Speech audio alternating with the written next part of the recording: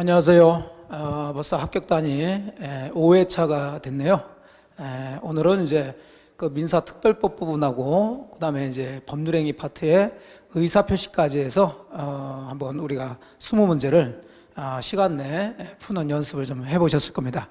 자, 이제 5회차 그 모의고사, 합격단 모의고사 해설 강의를 저하고 같이 들으시면서 틀리신 내용들이라든지 아니면 잘 모르는 내용들은 반드시 확인을 하셔서 본인 걸로 좀 만드시는 그런 시간을 좀 갖도록 합니다. 자, 1번을 보시게 되면 주택임대차보호법상의 주택임대차에 관한 설명으로 틀린 것에 대해서 이제 주택임대차 얘기죠. 자, 1번 임대차 계약이 묵시적으로 갱신되면, 자, 법정갱신이죠. 그 임대차의 존속기간은 주택이니까 2년으로 본다. 맞았죠? 다만 이제 임차인은 언제든지 해지 통고를 할 수 있고요. 그러면 이제 그 해지 통고가 임대인에게 도달한 날부터 3개월이 지나면 이제 해지 효력이 발생하는 거, 거기까지 좀 기억을 하시고. 자, 두 번째, 다른 특별한 약정이 없는 한 미등기 주택에 대해서도 이 법은 적용된다. 그렇죠? 주거용 건물의 임대차기만 하면 되는 거지, 뭐 미등기나 무허가 주택에도 적용되는 거. 맞았죠? 3번, 대항력 있는 주택임대차가 기간 만료로 종료된 상태에서 임차주택이 양도되더라도 임차인이 그 사실을 안 때로부터 상당 기간 내 이의를 제기함으로써 승계되는 임대차 관계 구속에서 벗어날 수 있다.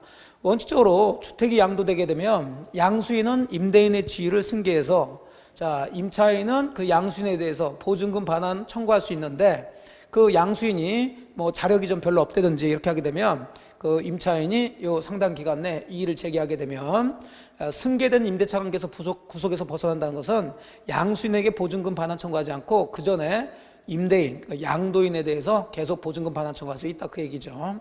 3번도 옳은 얘기가 되고요. 자, 4번은 다가구형 단독주택의 임대차에서는 전입신고를 할 때, 자, 다가구형 단독주택이니까 집원만 기재하고 동호수 표시가 없더라도 대항력은 취득할 수가 있고요.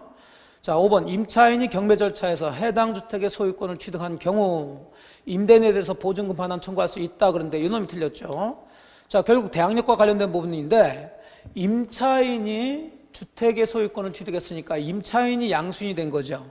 그럼 임차인은 임대인의 지위도 승계받으니까 보증금 반환 의무도 있고 또 자기에 대해서 보증금 반환 청구도 할 수 있다는 얘기인데, 스스로 자기에 대해서 보증금 반환해달라고 할 수는 없으니까 그 보증금 반환 청구권은 혼동에 의해서 소멸이 되겠죠. 그래서 소멸이 되는데 청구할 수 있다 그랬으니까 5번이 틀린 걸로 정답이 되겠네요. 자, 2번 들어갑니다. 역시 주택임대차보호법, 이제 옳은 것은 그랬어요. 자, 1번, 임차권보다 선순위 저당권이 존재한다. 임대차에서, 주택임대차에서 저당권 나오면 선순위 저당권 조심하시고요. 자, 주택 경매로 매각된 경우, 그럼 경매로 매각됐으니까 선순위 저당권이 있으면 대항력은 인정되지 않죠. 그래서 경매 매수인은 임대인의 지위를 승계하질 않죠. 승계한다. 틀렸고, 자, 옳은 거 올려라고 그랬습니다. 대항력이 없다는 얘기예요. 선순위 저당권이 있으면은. 2번, 대항력권 및 확정일자를 갖춘 주택 임차권자는 임대차 성립 당시 임대인 소유였던 대지가 타인에게 양도돼서 임차주택과 대지 소유자가 달라지더라도 대지, 환가대금, 우선변제 나오면 다 되고 안 되는 게 건물 신축, 주택 신축이 나오면 안 된다고 그랬어요. 그럼 여기는 그런 게 없으니까 대지, 환가대금에 대해서 우선변제권 행사할 수 있다. 2번이 옳은 얘기가 되겠죠. 자, 그래서 정답은 2번이고요. 3번, 주민등록의 신고 효력인데 수리한 때 효력이 발생하죠. 도달한 때가 아니라. 틀렸고.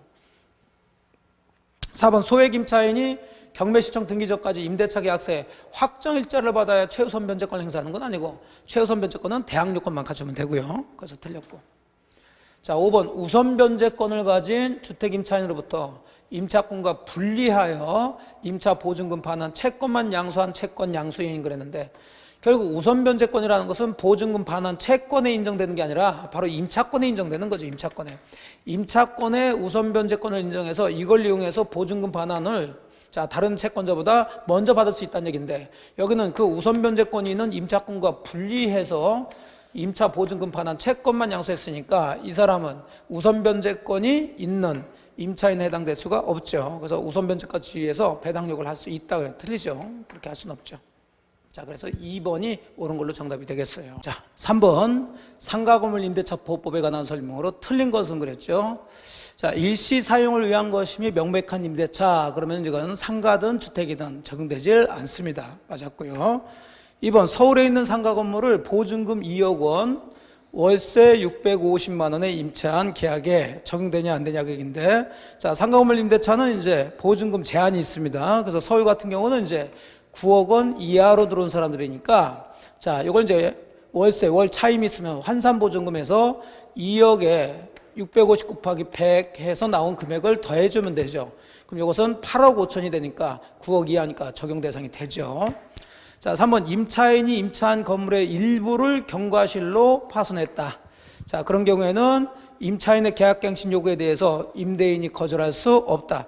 자, 그렇죠. 이제 원칙적으로 임차인의 계약갱신 요구에 대해서 임대인은 거절할 수 없는데, 거절할 수 있는 사유가 8가지가 있는데, 그 거절할 수 있는 사유 중에 하나가 이제 고의 또는 중과실로 파손했을 때 거절할 수 있으니까, 경과실로 파손했을 때는 거절할 수 없다, 이러더라는 거죠. 자, 3번까지는 맞았고요.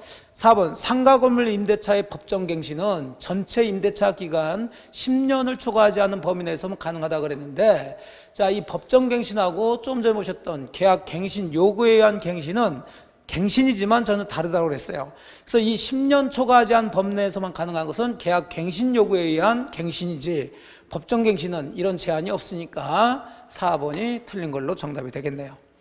자, 5번은 상가 건물의 공유자인 임대인이 임차인에게 갱신 거절 통지를 하는 행위 그랬는데, 항상 공유에서 임대차 나오면은 관리행위죠, 관리행위. 그럼 관리행위는 지분의 과반수로 결정해야 된다. 자, 그래서 4번이 틀린 걸로 정답이 되겠어요. 자, 4번 문제 들어가죠. 상가 건물 임대차 보호법 내용으로 옳은 것은 그랬습니다. 자, 1번 기간을 정하지 아니하거나 기간을 2년 미만으로 정한 임대차는 그 기간을 2년으로 본다 그랬는데, 상가 건물의 임대차 보호법의 최단 기간은 2년이 아니라 1년이니까 기간을 당사자가 2년으로 정했으면 그냥 2년으로 보면 되는 거죠. 자, 2년 미만으로 정한 임대차, 이것은 이제 주택임대차에서 얘기한 거고요. 상가는 1년 미만으로 정한 임대차를 그 기간을 1년으로 본다, 이렇게 들어가줘야 되겠죠. 그래서 이것은 주택임대차 기간의 내용이지 상가 건물 임대차보험 내용은 아니다. 자, 2번 임차인이 대항력을 갖추기 위해서는 임대차 계약서상의 확정일자를 받아야 된다 그랬는데, 대항력은 확정일자까지 받을 필요는 없고, 상가 건물은 이제 그 건물의 인도와 그 다음에 사업자 등록 신청을 하면 그 다음 날부터 대항력을 이제 발생하게 되고, 확정일자를 받으면 이제 우선 면적 효력이 발생하는 거죠. 그래서 2번도 틀렸고. 3번 임차인이 임대차 목적물인 상가 건물을 1년 6개월 이상 영리 목적으로 사용하지 아니한 경우에 임대인은 임차인이 주선한 신규 임차인과 임대차 계약 체결을 거절할 수 있다 그랬는데, 자, 이건 권리금 회수 문제죠. 자, 원칙적으로 임대인은 임대차 기간 종료 전 6개월부터 종료할 때까지, 자, 일정한 행위를 함으로써 임차인의 권리금 회수 기회를 방해하면 안 되는데, 그 중에 하나가, 자, 정당한 사유 없이 임차인이 주선한 신규 임차인과 임대차 계약 체결을 거절하면 안 되죠. 거절하면 안 되는데, 예외적으로 임대차 계약을 거절할 수 있는 사유가 또 3가지가 있다고 그랬어요. 자, 첫 번째, 그 임차인이 주선한 신규 임차인이 보증금이나 차임을 지급할 수 없는 자력이 없다, 이러면 이제 임대차 계약을 거절할 수 있다고 그랬고요. 두 번째는, 이거 제가 설명할 때 아주 말이 안 되는 그 조문이라고 그랬는데, 자, 임대인이 봤을 때 임차인이 주선한 신규 임차인이, 자, 이게 그 의무를 위반할 우려가 있단 말이죠. 의무 위반 우려. 또는 임대차를 유지하기 어려운 상당한 사유가 있으면, 그러면 임대차 계약을 거절할 수 있도록 되어 있고요. 그 다음에 세 번째, 여기처럼, 자, 상가 건물을 1년 6개월 이상 영리 목적으로 사용하지 아니한 경우에도 임대차 계약을 거절할 수가 있죠. 그래서 3번은 이제 옳은 얘기가 되고요. 자, 그 다음에 네 번째는 임대인이 주선한 신규 임차인이, 자, 요 임차인과 권리금 계약을 하고 권리금 지급을 했으면 임차인은 어쨌든 권리금을 받았으니까 그러면 임차인이 주선한 신규 임차인과는 임대차 계약을 거절할 수가 있죠. 그래서 이 네 가지 중에 한 가지에 해당되면 임대차 계약을 거절할 수 있는데 여기 같은 경우는 이제 1년 6개월 이상 옳은 얘기가 됩니다. 그래서 3번이 옳은 걸로 정답이 되겠고, 자 4번 전차인의 차임 연체액이 2기 차임액에 달할 경우 전대인은 전대차 계약을 해지할 수 있다 그랬는데, 자 주택이나 민법의 임대차는 2기 차임액에 연체했을 때 해지할 수 있지만 상가는 3기죠. 그래서 4번 틀렸고요. 5번 권리금 회수 방해로 인한 임차인의 임대인에 대한 손해배상 청구권은, 자 그 방해 있는 날로부터, 여기가 틀렸죠. 방해 있는 날로부터 3년 이내에 행사하는 게 아니라 이것은 임대차 종료한 날부터죠. 종료. 그래서 다 틀렸고 3번이 옳은 얘기가 되겠어요. 자 5번 가등기 담보 등에 관한 법률에 관한 설명으로 틀린 것은 그랬는데, 자 1번 역시 가담법도 어디에 적용되냐 안 되냐 그것부터 잡으시는데, 공사대금 채권이나 매매대금 채권을 담보하기 위해서 가등기할 때는 적용되질 않죠. 1번이 틀린 얘기가 되겠네요. 자 가담법은 소비대체에 의한 채권, 즉 대여금 채권을 담보하기 위해서 가등기할 때 그럴 때 이제 적용되는 거죠. 그래서 1번 틀렸고, 자 2번 또 적용범위인데 3억 원을 차용하면서 이미 2억 원 채무에 대한 저당권이 설정된 4억 상당의 부동산에 가등기를 한 경우 가담법이 적용되지 않는다 그랬는데, 이것은 기본적으로 채무자를 보호하기 위한 거니까 가등기의 대상이 되는 목적물의 가액이 차용액, 채권액보다 초과할 때 적용되는 거죠. 자, 그러면 여기 그대로 들어가게 되면 4억 상당 부동산이니까 여기 4억 상당의 부동산에 지금 3억 원을 차용한다는 얘기니까 3억 원을 빌려줬다는 거예요. 그러니까 3억 원을 빌려주면서 4억 상당 부동산에 그 3억 채권을 담보하기 위해서 가등기 했다. 자, 이렇게 들어가게 되면은 단순 비교하게 되면 이제 이 목적물의 가액이 차용액보다 초과하니까 적용돼줘야 되는데, 여기는 이미 그 부동산에는 2억 채무에 대한 저당권이 설정돼 있더란 얘기니까 가등기보다 선순위에 저당권이 붙어 있다는 거고, 그 저당권의 채권액은 2억이 있다고 그랬어요. 그럼 결국 이 저당권은 나중에 이 가등기권자가 요 채무자가 돈을 갚지 않으면은 본등기를 할 때 요 그대로 따라오게 되니까 이 부동산 가액에서 선순위 저당권의 채권액은 공제를 해야죠. 결국 이 부동산 가격은 2억밖에 안 되는 거죠. 자, 그런데 빌려준 돈은 3억이니까 자, 이건 부동산 가액이 채권액을 초과하는 게 아니라 오히려 미달되니까 적용되질 않는다. 그래서 1번은 틀린 얘기고 2번은 옳은 얘기가 돼요. 3번은 채권 담보 목적으로 부동산 소유권을 이전한 경우, 그러니까 담보 목적으로 부동산 소유권 이전한 것을 우리가 양도담보라고 그랬어요. 가등기 한 것을 이제 가등기 담보라고 그랬고, 자 양도담보든 가등기 담보든 똑같이 보시면 돼요. 그러면 가등기 담보권이나 양도담보권은 전부 다 저당권과 유사한 담보물권으로 보니까 그 부동산에 대한 사용수익권은 계속 담보권 설정자에게 있겠죠. 그래서 이것도 맞고. 자 4번 제3자가 경매로 가등기 담보 목적물의 소유권을 취득했다. 똑같은 얘기가 됩니다. 그럼 가등기 담보권이나 양도담보권은 저당권과 똑같이 보시면 된다고 그랬으니까, 자 경매로 다른 사람이 소유권 취득했으면 저당권, 그 부동산에 있는 모든 저당권 소멸되니까 가등기 담보권도 그대로 소멸하겠죠. 자 5번 가등기 담보 등에 관한 법률에서 정한 청산 절차를 거치지 않은 담보 가등기에 대한 본등기는 그랬는데, 이 가담법은 약자인 채무자를 보호하기 위한 거니까 강행 규정이죠. 그래서 청산 절차를 거치지 않은 본등기는 원칙적으로 무효가 되는 거죠. 옳은 얘기가 돼요. 다만 이 무효는 절대적으로 무효가 되는 건 아니고 차후에 청산 절차를 거쳤으면 이제 유효가 될 수는 있죠. 자 그래서 1번이 정답이 되겠어요. 틀린 걸로. 자, 6번은 이제 사례 문제죠. 갑은 을에게 빌려준 3천만 원을 담보하기 위해서 을 소유 X토지, 즉 시가 1억 원에 가등기를 마친 다음에 병이 그 X토지에 대해서 저당권을 취득했다. 그럼 후순위권자가 있다는 얘기죠. 자, 이제는 3천만 원을 빌려주면서 요 1억짜리 토지에다가 가등기를 했다는 얘기고, 그 이후에 그 토지에 대해서 병이라는 사람이 또 돈 빌려주고 저당권을 설정했다는 거죠. 자, 이런 관계예요. 자, 옳은 것 그랬네요. 을이 변제의 채무를 이행하지 않아서 갑이 을에게 청산금의 평가액을 통지한 후에도 갑은 이에 관해서 다툴 수 있다 그랬는데, 여기 갑과 을이 이제 저 문제에서는 이렇게 되겠죠. 갑이 을에게 빌려준 이렇게 됐으니까 그럼 갑이 채권자고 이제 을이 채무자인데, 을이 변제의 변제 이행하지 않아서 갑이 을에게 청산금 평가액을 통지했다. 청산 절차 진행된 거죠. 그럼 갑은 즉 채권자는 이에 관해서 다툴 수 있다 그랬는데 다툴 수가 없죠. 자, 그다음에 2번 을의 채무 변제 의무와 갑의 가등기 말소 의무는 동시행관계에 있다 그랬는데, 자, 변제하는 거하고 그걸 담보하기 위한 저당권이나 가등기 말소 의무는 동시행관계가 있는 게 아니라 변제를 먼저 해야 풀어주죠. 틀린 얘기가 돼요. 다만 주의할 것은 나중에 청산 절차할 때 청산금을 지급하는 거하고 그 소유권 이전 등기하는 것은 동시행관계에 있죠.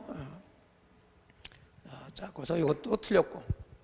자, 3번 을이 청산기간 지나기 전에 청산금에 관한 권리 양도는 이로써 병에게 대항할 수 있다 그랬는데, 결국 병 후순위 저당권자는 나중에 갑이 자, 청산 절차를 진행해서 소유권 이전을 해가면 이 저당권자는 저당권이 없어져 버리니까 결국 갑이 을한테 줘야 될 청산금으로부터 자기 채권의 만족을 얻어야 되는데, 이 청산금을 청산기간 지나기 전에 을이 그냥 다른 사람한테 처분해버리면 받을 길이 없으니까 그걸 가지고선 병에게는 대항할 수 없죠. 그래서 청산금에 대해서 어쩌고저쩌고 했다, 후순위권자에게 대항할 수 있냐 없냐, 그럼 다 없다 이렇게 보시면 돼요. 이게 여러 가지 몇 가지가 있는데 후순위권자에게는 대항할 수 없습니다. 자, 4번 병은 청산기간 중에 그 피담보 채권 변제기 도래하기 전이라도 엑스토지 경매를 청구할 수 있다. 4번이 옳은 얘기가 되는 거죠. 자, 병은 청산금으로부터 자, 자기가 채권을 만족을 얻어야 되는데 이 청산금이 엉망이다. 그러면 청산기간 중에 아직 저당권이 있으니까 경매 신청해서 경매 절차로 진행될 수 있는데, 그럼 이 저당권자가 경매 들어가기 위해서는 원래 자기 채권 변제기 도래 후에 해줘야 되는데, 이런 경우는 변제기 도래 전이라도 경매를 청구할 수 있도록 돼 있죠. 그래서 제가 이 부분은 두 가지, 후순위 저당권자가 경매 신청할 수 있는 것은 두 가지를 주의하시라. 청산기간 중에 경매 신청할 수 있는 거고요. 그 다음에 채권 변제기 도래 전이라도 할 수 있다는 거. 4번 그대로 나왔으니까 옳은 얘기가 되고. 5번 청산기간 전에 을의 다른 채권자의 강제 경매로 제3자가 엑스토지 소유권을 취득한 경우 똑같은 얘기예요. 그러면 갑의 가등기 담보권은 저당권하고 똑같으니까 을의 다른 채권자가 경매 들어가서 다른 사람이 경락해 갔다 그러면 가등기 담보권자는 자, 그 부동산 소유권 취득할 게 아니라 이제 저당권자처럼 경매 절차에 배당 요구를 해가지고 배당 받아가는 거지 본등기를 청구할 수는 없죠. 근데 있다 그러니까 틀린 얘기가 돼요. 자, 그래서 정답은 4번이 되겠습니다. 자, 7번 2019년 10월 26일 갑은 친구 을과 명시타기 약정을 했다. 그 갑은 병 소유 엑스토지를 매수하면서 병에게 부탁해서 을 명의로 소유권 이전을 했고, 엑스토지는 현재 갑이 점유하고 있다. 다음 설명 중 틀린 것은 그랬는데, 자, 갑을병이 나오면서 명시탁 나왔어요. 그러면 이건 삼자간이냐 아니면 계약 명시탁이냐? 자, 그 두 가지를 먼저 파악을 하시고 문제를 푸셔야 되는데, 그 기본은 매수한 사람이 누구냐 그 얘기죠. 명의 신탁자가 매수했으면 그건 삼자간 명의신탁이고, 수탁자가 직접 매수했으면은 그것은 계약 명의신탁이라고 그랬습니다. 그럼 지금 여기 갑과 을이 명의신탁 했는데, 갑이 그러면 명의신탁자고 을이 명의수탁자인데, 지금 매수한 사람은 갑이 그랬으니까 아, 이건 삼자간이구나. 특히 또 이제 병한테 부탁했다는 얘기가 나오니까, 저 병한테 부탁했다는 얘기가 나오면 삼자간 명의신탁, 바로 이 얘기죠. 갑이 을과 명의신탁의 약정을 맺고, 자, 이 병의 부동산이 이제 자기가 필요하니까 명의신탁 약정을 맺고 병으로부터 샀어요. 근데 등기를 자기 명의로 하게 되면 문제가 있으니까 병한테 부탁해서 등기는 을 명의수탁자에게 등기를 해달라고 해서 그렇게 이제 이전 등기를 한 거죠. 자, 이 구조를 가지고 그대로 문제를 풀면 된다고 했어요. 자, 틀린 것 그랬죠. 1번 갑은 병에게 그랬으니까 갑과 병 보시면 되죠. 그럼 갑과 병은 매매 계약이 유효인데 아직 갑은 등기가 돼 있지 않으니까 당연히 갑은 병한테 엑스토지 소유권 이전 등기 청구할 수 있다. 옳은 얘기고. 2번 갑은 을에게, 그렇습니까? 갑과 을을 보시면 되죠. 그럼 갑과 을은 명의신탁만 했고 그 명의신탁마저도 무효니까 갑은 을한테 아무것도 청구할 수가 없는 거예요. 이전 등기 해달라, 말소 등기 해달라 청구할 수 없죠. 옳은 얘기고. 자, 3번 병은 을에게, 그랬으니까 자, 병은 을에게, 그러니까 둘 사이 보는 거죠. 그럼 이것은 계약도 없이 등기가 됐으니까 무효가 되면서 소유자가 병이니까 당연히 그 병은 을한테 그 소유권 이등기 말소를 청구할 수 있어야 되겠죠. 옳은 얘기고. 4번 을은 갑에게 엑스토지 반환을 청구할 수 없다 그랬는데, 자, 을은 갑에게, 지금 갑이 지금 이걸 점유하고 있다고 그랬어요. 그럼 을은 갑한테 그 토지 내놔라 할 수 있냐 그 얘기인데, 결국 그러려면은 을이 그 토지의 소유자가 돼야 될 텐데 무슨 권리가 있어야 되는데 등기만 돼 있고 그 등기마저도 무효니까 이 사람은 소유자가 아니라 병이 소유자죠. 그러니까 을은 갑한테 그 토지 반환 청구할 수는 없겠죠. 옳은 얘기가 됩니다. 자, 그럼 결국은 이 명의신탁은 갑이 사놓고 등기는 을로 들어갔으니까 결국은 갑 명의로 등기를 해줘야 돼요. 자, 그러려면 원래 갑이 병을 대위에서 말소시켜서 돌려놓고 다시 이전 등기로, 자, 이렇게 해서 등기를 두 번, 을의 명의 등기를 말소하고 다시 또 병에서 갑으로 이전 등기 두 번 해줘야 되는데 어차피 갈 거니까 을 수탁자가 갑한테 이전 등기를 직접 해줬다 그러면은 갈 사람한테 갔으니까 이 등기는 유효인 등기가 돼버리죠. 자, 요 얘기인데, 자, 을이 갑에게 직접 소유권 이전 등기를 격려했어요. 그럼 그 등기는 무효가 되는 게 아니라 유효되는 거죠. 그래서 5번이 틀린 얘기로 정답이 됩니다. 자, 8번은 2020년 갑은 병의 엑스토지를 취득하고자 또 친구 을과 명의신탁 약정을 체결하고 을에게 그 매수 자금을 주었다. 힌트가 또 매수 자금을 줬다는 거죠. 또 갑과의 약정대로 을은 명의신탁 사실을 모르는 병으로부터 엑스토지를 매수하는 계약을 자기 명의로 체결하고 소유권 이전 등기를 격려해 받았다. 또 옳은 것은 그랬죠. 또 갑을 병 나왔어요. 명의신탁 나왔습니다. 삼자냐 아니면 계약 명의신탁이냐 그 얘기인데 아까 이건 것처럼 매수한 사람이 누구냐 그 얘기죠.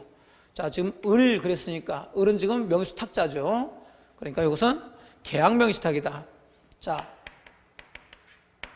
병에 부동산이 있는데 갑이라는 사람이 저걸 취득하고 싶은데 이제 자기 존재는 좀 숨겼으면 좋겠다는 거죠. 그러니까 친구 을하고 명의신탁 약정을 맺고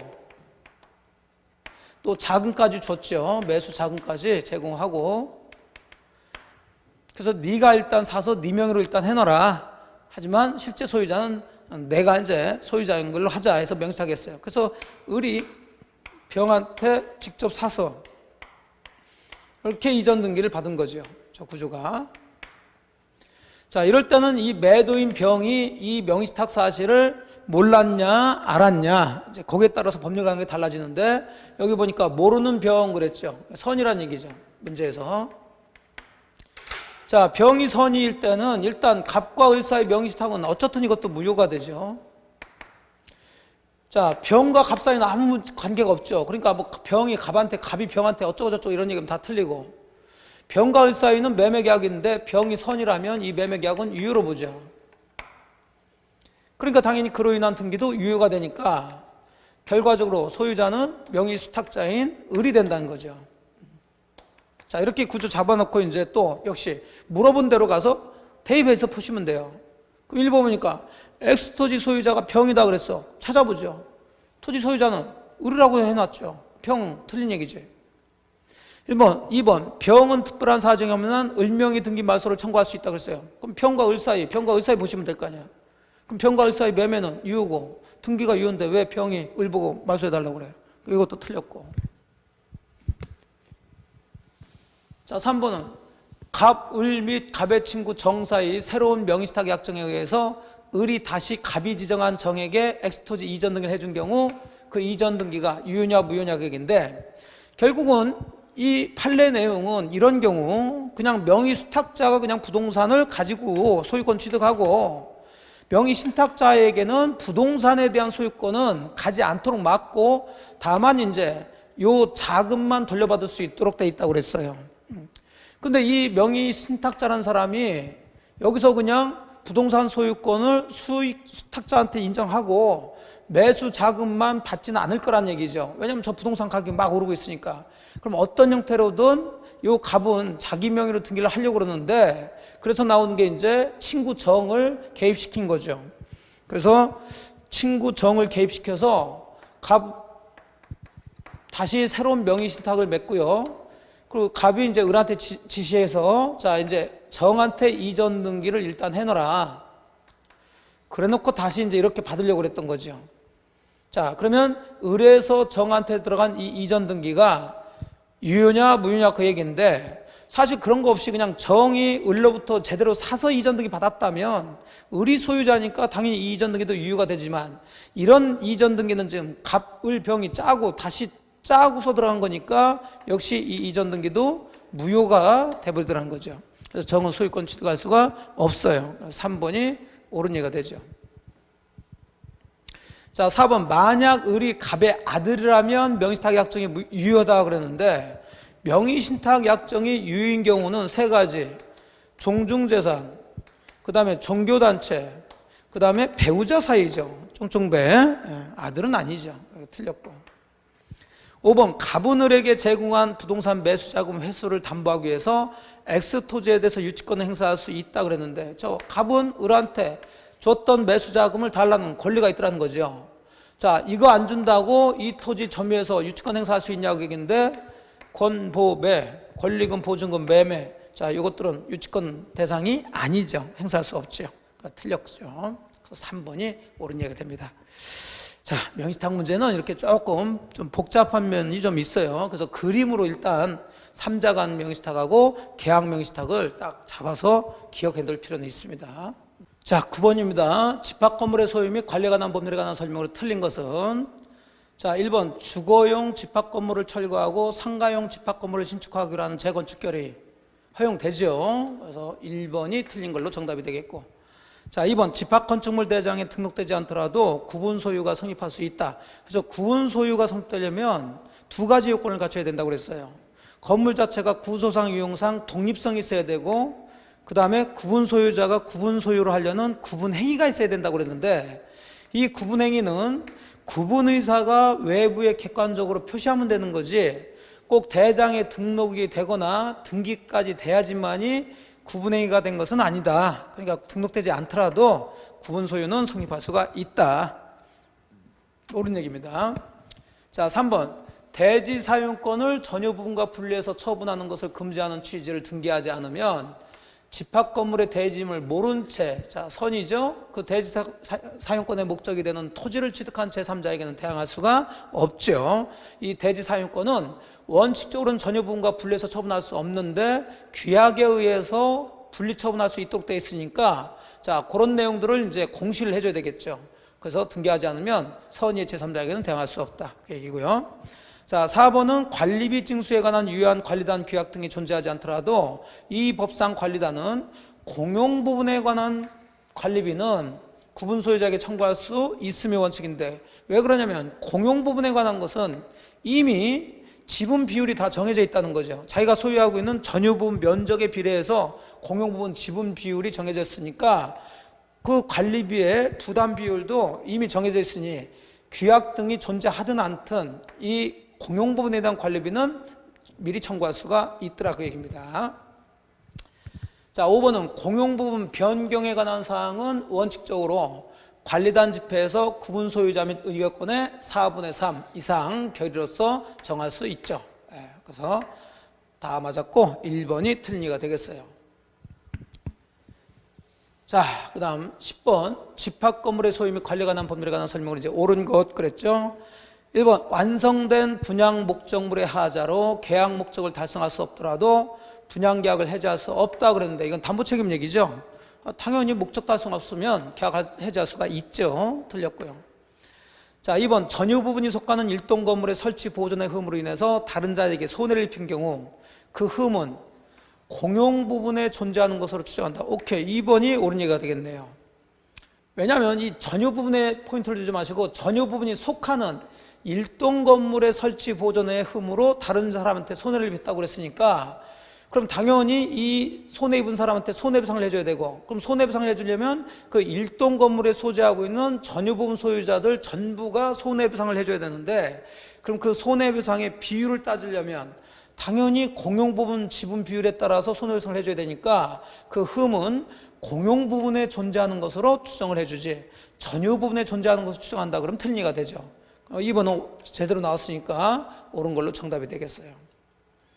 자, 3번 재건축 결의는 구분 소유자 및 의결권의 각 4분의 3 이상 결의가 아니라 재건축 결의는 5분의 4 이상, 오싹오싹이라고 그랬죠. 그래서 틀렸고, 자, 그래서 옳은 것은 2번이 되고요. 자, 4번 구조상 공용부분에 관한 물건의 득실 변경은 등기해야 효력이 생긴다. 계담복도에 대한 지분 이전 등기할 이유는 없죠. 자, 4번도 틀렸고. 자, 5번은 재건축 결의 후 재건축 참가 여부를 서면으로 촉구받은 재건축 반대자가 법정기간 내, 자, 법정기간 2개월입니다. 회답하지 않으면 재건축에 참가하겠다는 회답을 한 것으로 보는 게 아니라 거절이죠, 거절. 그래서 뭔가 물어봤는데 일정한 기간 내 대답이 없다 그러면 결론은 거절이에요, 거절. 그래서 5번도 틀린 얘기가 되죠. 옳은 거 골라라 그랬으니까 아까 보셨던, 자, 2번이 옳은 얘기가 됩니다. 자, 이렇게 해서 이제 민사 특별법 내용들을 이제 아마 쭉 다시 한번 복습해 봤고요. 자, 11번 다음 중 단독행위가 아닌 것은 이제 법률행위 파트로 왔네요. 자, 쭉 들어가면 요거죠. 4번 일방예약은 항상 채권 계약이죠, 계약. 다른 것도 다 단독행위가 되고요. 그래서 4번이 되겠습니다. 자, 12번 반사회적 법률행위에 대한 설명으로 옳은 것 그랬죠. 자, 1번 법률행위가 표시된 동기. 자, 동기 나오면 뭐 찾으라고 그랬나요? 표시 찾으라고 그랬죠. 표시됐네요. 그럼 동기가 사회질서에 반하면 이거 법률행위에 영향을 미치죠. 그럼 법률행위는 반사회적 법률행위라고 할 수 있죠. 이거는 표시가 됐으니까. 표시가 안 됐다면 반사회적 법률행위라고 할 수 없지만, 자, 이거 틀렸고. 자, 2번 강제집행을 면할 목적으로 부동산에 허위의 근저권을 설정한다. 이건 통정의 표시지 반사회적 행위가 되는 건 아니죠. 해당한다 그러니까 이것도 틀렸고. 자, 3번은 매매계약 체결 후 그 목적물이 범죄 행위로 취득된 것을 알게 되었더라도 이행 청구 자체를 사회질서 위반으로 볼 특별한 사정이 없으면 이를 반사회질서 법률행위로 볼 수 없다 그랬는데, 자, 이게 정답이죠. 이건 뭘 물어봤냐면 사회질서에 위반됐냐 안 됐냐를 판단하는 시기를 물어본 거죠. 법률행위 당시를 기준으로 봐야죠. 그럼 매매계약 체결 후니까 후의 사정은 아무 상관이 없단 말이에요. 그러니까 후에 그 목적물이 범죄 행위로 취득된 걸 알았냐 몰랐냐 상관없이 이건 반사회적 행위로 볼 수는 없다. 그렇죠. 3번이 옳은 얘기가 되는 거예요. 자, 4번은 양도소득 때 보였죠. 그럼 반사회적 행위에 해당되질 않는다 해야 된다. 해당한다 그러니까 틀렸고. 자, 5번은 도박 채무가 선량한 풍속에 반해서 무효라면, 자, 이제는 반사회적 행위로 무효라는 걸 전제를 이미 깔아놓고 그 도박 채무에 대해서 양도담보 목적으로 이전해둔 소유권 이전 등기 말소를 청구할 수 있냐 없냐 그 얘기인데, 자, 보통 무효라면 이행을 했으면은 다시 돌려달라고 반환 청구할 수 있다라고 그랬지만, 자, 여기처럼 선량한 풍속에 반해서 무효라는 것은 사회질서에 위반됐다는 얘기죠. 자, 이행 전이면 이행할 필요가 없지만은 이행했을 때는 불법원인 급여가 돼서 반환 청구할 수가 없죠. 그러니까 여기도 그 등기 말소 청구할 수 없다 이렇게 나와야 되죠. 그래서 다 틀렸고, 자, 아까 어디 있어요? 자, 3번이 이제 정답이 되겠네요.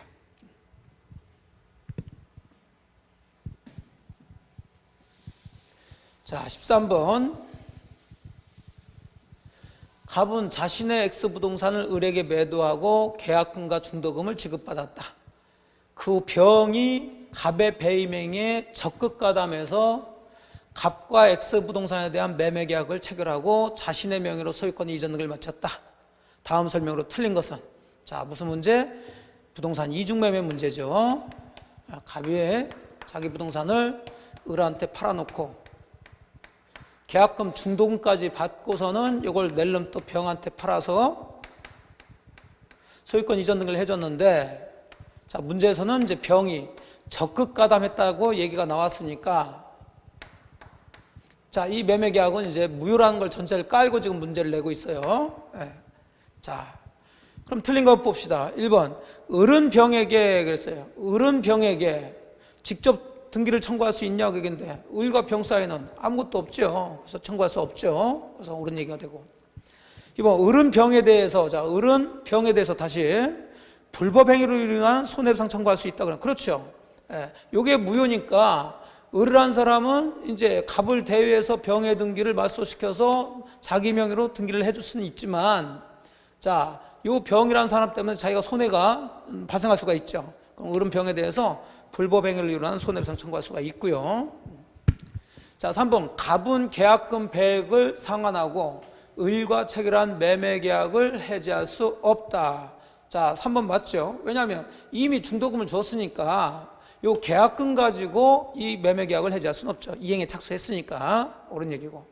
4번 병명의 등기는 갑이 추인하더라도 유효가 될 수 없다 그랬는데, 자, 병의 명의 등기, 자, 이게 무효가 되는 것이 바로 반사회적 행위로 무효가 됐으니까 그건 당사자가 추인할 수가 없는 거죠. 맞았네요. 자, 5번 만약 선의의 정이 X부동산을 병으로부터 매수해서 이전 등기를 받은 경우 정은 갑과 병의 매매계약 유효를 주장할 수 있다 그랬는데, 자, 여기서부터 이제 정이라는 사람이 또 이걸 사가지고 이전 등기를 받았을 때, 자, 그럼 이 정이라는 사람은 우리가 또 이 반사회적 행위인 매매계약을 기초로 해가지고 제3자라고 하게 되죠. 그러면 이 적극 가담한 이중매매는 반사회적 행위로 무효가 되고, 이 무효는 절대적 무효니까 선의의 제3자에게도 대항할 수가 있죠. 그럼 선의 제3자에게 대항할 수 있다는 것은 제3자는 선이라도 소유권을 취득할 수 없다는 얘기니까 제3자 입장에서 요 갑과 병 사이 매매계약이 유효라고 하면서 내 거다 이렇게 할 수가 없다는 거죠. 근데 여기는 정은, 선의의 정은 갑과 병의 매매계약 유효를 주장할 수 있다 그랬으니까 5번이 틀린 지문이 되겠네요. 자, 좀 정리가 되시는지 모르겠어요. 여기 약간 사례 문제들은 좀 연습을 좀 하셔야 됩니다. 이것은 그러니까 단계가 있어요. 처음에는 이제 용어나 이런 것들 잡아두시고, 그다음 그걸 기초로 해서 이제 이런 지문으로 나오는 문제를 가지고 이제 파악을 하시고, 그다음에 이제 그게 어느 정도 됐으면 그 이론이 어떤 식으로 이제 케이스에 적용되는지. 자, 14번 불공정 법률행위에 대한 설명으로 틀린 것은, 자, 불공정 법률행위죠. 무상행위 적용돼야 안 돼요? 안 되죠. 근데 될 수 있다 그러니까 이놈이 틀렸네요. 1번. 그러니까 무상행위하고 경매는 적용되지 않죠. 4번 나왔죠. 경매. 나머지는 다 적용될 수 있고요. 자, 그럼 2번 보니까 불공정 법률행위가 되기 위해서는 피해자에게 궁박경솔 무경과인데 어느 하나만 있으면 되고요. 3번 불공정 법률행위의 무행위 전환은 되죠. 근데 추인은 안 되고요. 경매 적용되지 않고. 5번 법률행위가 대리 내에서 행해졌을 경우 궁박 그랬으니까 궁박은 누구? 본인 기준으로 판단해야 되겠죠. 경솔 무경험은 이제 대리인. 그래서 1번이 되겠습니다. 자, 15번 을은 갑소유 X토지를 임차해서 사용하던 중 이를 매수하기로 갑과 합의했으나 계약서에는 Y토지로 잘못 기재했다. 다음 설명 중 틀린 것은, 자, 이런 형태의 사례는 자연적 해석의 오표시 무효의 원칙이죠. 자, 그러면 서로 양쪽 당사자 X토지에 대해서 합의가 됐으니까 X토지에 대해서 매매계약이 성립된 것으로 인정해주고, 아무리 Y토지의 매매계약서에 써줬다 하더라도 이건 매매계약이 성립되지 않는 걸로 봐야 되겠죠. 사실은 이제 지문을 들어가게 되면 이제 이런 상태에서, 즉 갑이 지금 X토지, Y토지 들어갔는데 갑과 을은 X토지에 대해서 매매 합의가 됐는데 계약서에는 잘못해서 Y토지를 써가지고 지금 문제는 이렇게만 돼 있는데 이걸 기초로 해가지고 이제 을명의로 이전 등기까지 된 걸 토대로 해가지고 이제 문제를 푸시면 됩니다. 자, 그럼 1번 X토지에 대해서 매매계약 성립되죠. 자연적 해석했으니까. 그럼 2번 당사자는 Y토지에 대한 매매계약을 착오를 이유로 취소할 수 있다 그런데 이놈이 틀렸죠. 착오를 이유로 해서 취소하려면 일단 계약이 성립된 후에 문제여야 되는데 Y토지에 대해서는 매매계약 자체가 성립되지 않은 걸로 보니까 취소란 얘기가 있을 수가 없죠. 그래서 2번이 틀린 얘기가 돼요. 자, 갑은 을에 대해서 Y토지에 대해서 소유권 이전 등기 말소를 청구할 수 있다. 자, 이 계약서를 토대로 해서 을명의로 Y토지에 이전 등기가 됐을 때 그럼 당연히 Y토지는 매매계약이 성립되지 않았는데 등기가 됐으니까 갑은 을에 대해서 Y토지 이전 등기 말소 청구할 수 있어야 되겠죠. 자, 4번 을은 갑에 대해서 X토지에 대한 소유권 이전 등기 청구할 수 있다. 그렇죠. 자, 어쨌든 을은 X토지를 샀는데 이전 등기 안 됐으니까 을은 갑에 대해서 자, X토지 이전 등기 청구할 수 있어야 되겠고, 자, 5번 만일 병이 선의로 을로부터 Y토지에 대해서 소유권 이전을 경유받았더라도 병은 Y토지 소유권 취득할 수 없다. 그렇죠. 이 Y토지의 이전 등기가 무효니까 이걸 토대로 병이라는 사람이 사서 이전 등을 받았다 하더라도 등기에 공신력이 없는 우리나라에서는 병은 선악 상관없이 소유권 취득할 수가 없죠. 네, 그래서 다 맞았고 2번이 정답이 되겠어요. 자, 16번 문제로 들어가 보죠. 진위 아닌 의사표시 틀린 것은 그랬네요. 이제 의사표시도 들어왔죠. 진위 아닌 의사표시에서 진위는 이렇게 나오면 뒤에 읽으면서 자, 뭐가 보여야 된다고요? 의사표시, 특정한 내용의 의사표시를 하고자 하는 생각. 근데 뒤에 지금 아무 그런 얘기가 없죠. 마음속에서 바라는 사항, 이걸 말하는 건 아니죠. 그러니까 1번이 틀렸네요. 자, 2번 진위 아닌 의사표시로서 무효가 될 경우 그 무효는 당연히 선의 제3자에게 대항을 못하죠. 자, 의사표시와 관련된 무효 취소는 전부 다 상대적 무효 취소라 했으니까 다 이렇게 끝난다고 그랬어요. 3번 진위 아닌 의사표시가 예외적으로 무효인 경우 그 입증 책임 물어봤어요. 항상 무효를 주장하는 자에게 있다. 오케이, 맞았죠. 자, 4번 재산을 강제로 뺏긴다는 것이 표의자의 본심에 잠재되어 있었다 해도 표의자가 강박에 의해서 증여 의사표시를 한 이상 그 의사표시는 진위 아닌 의사표시라고 할 수 없다 그랬는데 어쨌든 비진위 표시에 해당되냐 안 되냐고 얘기인데 여기 포인트 강박이죠. 자, 강박은 진위 아닌 의사표시라고 할 수 없는 거죠. 4번도 옳은 얘기고. 5번 전체 공무원이 일괄 사표 제출하면, 자, 공무원 사표 제출하는 거예요. 그럼 볼 것도 없이 이건 맨 마지막 항상 이유가 되어줘야 됩니다. 공법상 이유니까.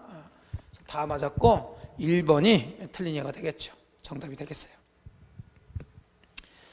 자, 17번 갑은 강제 집행을 면하기 위해서 을과 통모해서 그 부동산을 매매 형식을 빌려서 을 명의로 소유권 이전을 마쳤고 을은 그 사정을 모르는 병에게, 자, 모르는 그랬으니까 선이란 얘기죠. 저당권 설정해 주면서 금원을 차용했다, 돈 빌렸다는 얘기예요. 자, 이거 통정허위 표시 문제겠죠. 자, 갑은 강제 집행을 면하기 위해서 을과 통모 짜고, 자, 매매, 가장 매매를 해서 을 명의로 이전 등기를 해놨는데 요 을이라는 사람이 이걸 토대로 해서 병한테 판 게 아니라 이제 돈을 빌리고 저당권을 설정해 줬다는 거예요. 저당권. 그럼 요 사람이 이제 제3자가 되면서 이 사람 선의악을 따져야 되는데 여기 지금 이미 모르는 그랬으니까 병은 선이라는 걸 전제를 깔고 지금 문제를 내고 있죠. 자, 그런 걸 먼저 파악을 하고서 이제 문제를 들어가시면 돼요. 자, 갑, 을 사이, 그럼 갑, 을 사이 보시면 매매계약 무효가 되겠죠. 그러면 갑은 을에게, 자, 매매계약이 무효인데 이건 통정허위 표시로 무효니까 이건 반사회적 행위가 아니죠. 그럼 당연히 돌려달라고 할 수가 있죠. 그래서 진정명의 회복을 원인한 소유권 이전 등기 청구할 수 있다. 자, 3번 병이 가장매매 사실을 모르는 경우에도 과실이 있는 경우, 자, 제3자가 보호되기 위해서는 선이기만 하면 되는 거지 무과실까지는 필요 없으니까 과실이 있다 하더라도 병의 저당권은 보호가 되줘야죠. 보호되지 않는다 그랬으니까 3번이 틀린 예가 되겠네요. 자, 4번 병의 저당권 실행으로 제3자가 부동산을 매수한 경우 갑은 을에게 부당이득금 반환을 구할 수 있다 그랬죠. 그럼 당연하죠. 자, 원래 갑이라는 사람은 을한테 그 부동산 등기 마수에서 부동산의 소유권을 다시 찾아가야 되는데 요 저당권자가 얘가 돈을 안 갚으니까 경매 들어가 버렸다는 거죠. 그래서 다른 사람이 경락해서 가져가 버렸으면, 자, 그럼 갑이라는 사람은 부동산을 이제 되돌려 받을 수는 없으니까 요 사람이 그만큼 이득을 봤으니 부당이득 반환으로 해서 부당이득금의 반환을 구할 수는 있죠.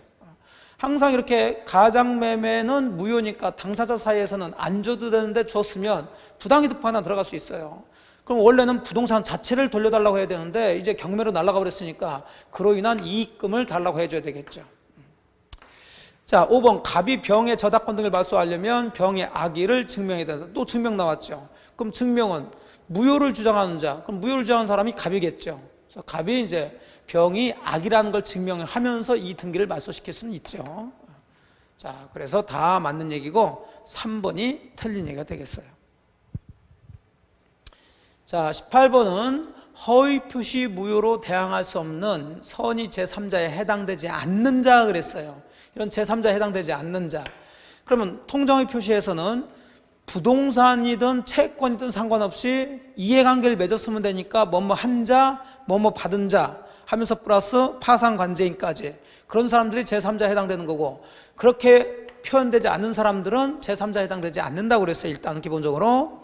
자, 그러면 해당되지 않는 사람 찾으라고 했으니까 파상관제인은 일단 되겠죠. 격려받은 자 되겠죠. 설정받은 자 되겠죠. 수익자 얘가 안 되겠네요. 가압류한 자 되겠죠. 그래서 4번이 해당되지 않는 자로 정답이 돼요. 자, 19번 이제 차고 문제로 들어가죠. 차고에 관한 설명으로 옳은 것은, 자, 1번 매수인의 중도금 미지급을 이유로 매도인이 적법하게 계약을 해제했어요. 그럼 매수인은 차고를 이유로 취소할 수 있냐 없냐 그 얘기인데, 자, 이거 뭐 유명한 판례죠. 해제하고 취소는 다른 제도니까 각각 하면 되죠. 있다 해야죠. 틀렸고. 2번 상대방에 의해서 유발된 동기차고, 또 동기 나왔는데 동기가 나오면 원칙적으로 표시가 돼야지만이 그게 법률행위 내용에 대해서 중요 부분에 대해서 이제 취소할 수 있냐 없냐 그 얘기인데, 예외적으로 상대방에 의해서 유발된, 상대방 때문에 동기의 착각을 일으켰다 그러면 이건 표시되지 않았다 하더라도 중요 부분 착오가 될 수가 있죠. 그래서 2번이 옳은 얘기가 되겠어요. 자, 3번 표의자가 착오를 이유로 의사표시를 취소한 경우 취소된 의사표시로 인해 손해 입은 상대방은 불법 행위로 인해서 손해배상 청구할 수 있냐 그 얘기인데, 착오에 빠져서 취소한 게 불법 행위는 아니죠. 법에서 그렇게 하라고 109조에 정해져 있으니까. 그럼 상대방은 아무리 손해가 있다 하더라도 불법 행위를 이유로 손해배상 청구할 수는 없죠. 이것도 틀렸고. 4번 착오가 표의자의 중대한 과실로 인한 경우에는 상대방이 표의자의 착오를 알고 이용, 이게 포인트죠. 자, 이렇게 알고 이용하는 사람까지 보호할 필요가 없으니까 그럼 착오자는 그 의사표시를 취소할 수 있다로 들어가야죠. 그래서 알고 이용 그러면 있다, 이렇게 아주 기계적으로 딱 잡아주셔야 돼요. 이것도 틀렸고. 자, 5번 표의자의 중대한 과실 유무는 또 증명 얘기가 나오죠. 자, 이게 문제가 되는 거죠. 전부 다 무효는 무효를 주장하는 자, 취소는 취소를 주장하는 자가 증명해야 되는데, 착오에서의 중대한 과실은 반대로 그 착오로 인한 취소를 저지하려는 사람, 그럼 저지하려는 사람은 그 법률행위 효력을 인정하려는 사람이죠. 유효를 주장하는 사람이 증명해 줘야 돼요. 근데 여기는 효력을 부인하는 자 그랬으니까 이 사람은 취소하려는 사람이죠. 이 사람이 증명해야 된다 그랬으니 틀린 예가 되는 거죠. 자, 그래서 다 틀렸고 정답은 2번이 되겠죠. 유발된 동기착오는 표시되지 않아도 중요부분 착오가 될 수 있다, 취소할 수 있다. 자, 20번 사기 강박에 대한 얘기네요. 1번 어떤 해악의 고지가 아니라 단지 각서에 서명 나열할 것을 강력히 요구한 행위는, 이런 건 강박행위가 될 수가 없죠. 옳은 얘기고. 2번 대리인 기망행위에 의해서 계약이 체결됐다. 그럼 이게 이제 제3자의 기망행위에 해당되냐 안 되냐 그 문제인데, 자, 이것은 대리인은 제3자로 볼 수 없죠. 그래서 계약 상대방은 본인이 알든 모르든 무조건 취소할 수 있다로 끝나야 된다, 그죠? 맞았고. 자, 3번 강박으로 의사결정 자의가 완전 박탈나면 결론 뭐? 무효. 오케이, 맞았고. 4번 키워드는 교환계약이죠. 사기 강박 문제 나오면서 교환계약 나왔다. 사기가 아니죠. 오케이, 맞았고. 5번 제3자의 기망행위에 의해서 신원보증 서류에 서명 날인한다는 착각에 빠진 상태로 연대보증계약에 서명 날인했다. 자, 원래는 기망행위도 있고 착각, 착오도 있으면 사기도 성립할 수 있고 착오도 성립할 수 있어서 표의자는 사기로 인한 취소나 착오로 인한 취소 기본적으로 자유롭게 선택할 수 있어야 되는데, 자, 여기서는 그 포인트가 서명 날인이죠. 서명 날인. 자, 이렇게 서명 날인 판례는 사기 강박이 다 성립된 게 아니라 서명 날인은 어떻게 하라고 했냐면 착착착 하라고 그랬죠. 사사사 하면 안 된다고 그랬어요. 그래서 이것은 착오에 의해서만 취소할 수 있는 거지 사기를 이유로 취소할 수는 없죠. 그래서 5번이 틀린 얘기가 됩니다. 자, 여기까지 해서 이제 5주차 그 합격단 모의고사 한번 해설 강의를 쭉 해봤습니다. 역시 이제 문제 푸신 분들 중에서는 뭐 점수가 많이 나오신 분도 계실 거고 뭐 그렇지 않으신 분도 계실 텐데, 매번 드린 말씀이지만 그 점수에 너무 구애받지 마시고 배우셨던 내용들을 다시 한번 정리하는 그런 시간으로 가지시면 되겠습니다. 자, 고생들 많으셨고요. 다시 2주 후에 뵙도록 하겠습니다. 자, 수고 많으셨습니다. 네.